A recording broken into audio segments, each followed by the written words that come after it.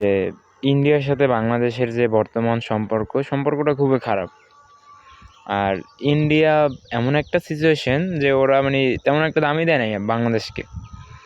তো ঘটনাটা ঘটছে যখন মোস্তাফিজরে আর কি আইপিএল থেকে ওরা বাদ দিয়ে দিচ্ছে আর কি নিরাপত্তা সংখ্যা দেখাইয়া। তো তখন আর কি বিসিবি একটু নড়েচড়ে বসছে আর কি। যেমন সাধারণ দর্শকদের রিয়াকশনটা যেরকম হয়েছে, বিসিবি এবং উপদেষ্টাদের রিয়াকশনটা সেম হয়েছে। তো সেই ক্ষেত্রে ইন্ডিয়াতে সামনে ওয়ার্ল্ড কাপ, টি-20 ওয়ার্ল্ড কাপ। তো সবার মধ্যে চিন্তা আছে যে এই যেহেতু মুস্তাফিজের নিরাপত্তা সংখ্যা আছে, তো বাংলাদেশ দলের কি নিরাপত্তা সংখ্যা নাই? অবশ্যই সংখ্যা আছে। সেজন্য বাংলাদেশ দল আইসিসিকে জানাইছে যে তারা ইন্ডিয়াতে টি-20 বিশ্বকাপ খেলতে যেতে পারবে না।